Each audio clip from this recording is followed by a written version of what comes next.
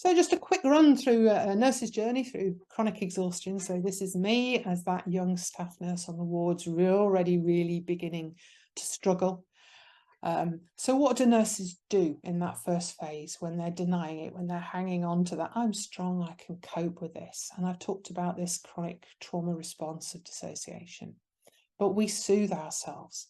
So you see high levels amongst nurses of smoking, of drinking, of comfort eating, and that's particularly a problem when patients keep bringing in chocolate. So you're on the wards often surrounded by chocolate all the time, and not taking meals properly.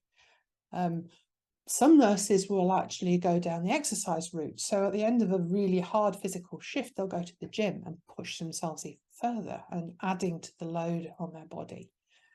Some nurses will be too exhausted, they'll go home and they'll crash and they'll just binge on Netflix or social media. And all of these things are self-soothing tools to try and hold back the fear and all that emotional stuff that are just too hard to cope with. Another way of dealing with this is that nurses will quite often tend to move between jobs. And actually this maybe dips into phase 3 that we see in the Chrysalis Effect as well, where people will go from therapist to therapist to therapist looking for an external reason why things are wrong. So maybe this therapist has the answer and will make me right. Well, the nurse will go to a new job. So I move to the community. Maybe in the community, I can find a place where I can nurse as I want to and it'll all be all right. And I think this was partly what was generating these headlines about nurses leaving. And they were actually looking at nurses who were leaving a job and saying they were leaving nursing altogether and generating this huge panic. And actually, they were just sort of milling around, going from job to job to job, and specialism to specialism to try and work out where they fitted, because we never really felt that we fitted properly. And sadly, many nurses will crash, and we've seen that particularly with long COVID, of nurses who find themselves driven, really still driven as carers, desperately needing to earn an income, but stuck at home and told that there is no hope, there's no way forward.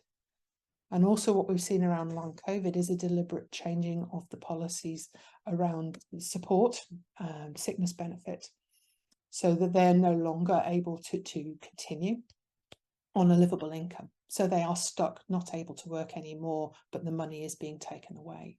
And some nurses are actually being dismissed and losing their work altogether.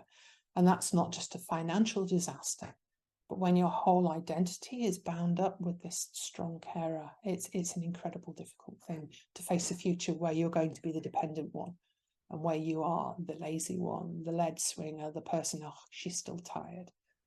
Moving on to phase 4, this is the real powerful point of change for me. And this is that shift from that external search for things that will make it all better into, okay, I need to change what I'm doing here. And it's recognizing that those values and those beliefs, those behaviors, that's what I was looking for. That was the driver underneath all of my symptoms. So when I had my hormonal problems, and the medical profession's response to that was, oh, well, we'll give you a hysterectomy. And eventually I did actually have a womb ablation. That was just, let's knock that symptom on the head.